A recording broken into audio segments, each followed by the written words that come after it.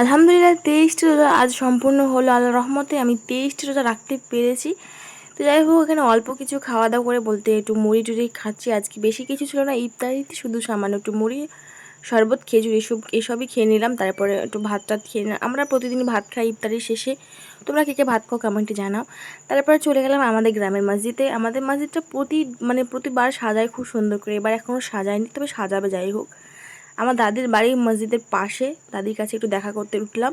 দাদি দেখছি তো এখানে একটু পাটি সেলাই করছে। তারপরে গেটের মুখে দাঁড়িয়ে আমার ছোটো বউ ছেলে একটু আমার সাথে মজা করছিল, ভীষণ দুষ্টু। যাই হোক, আমার দাদি ঘরটা তোমাদের সাথে একটু শেয়ার করছি, দেখো।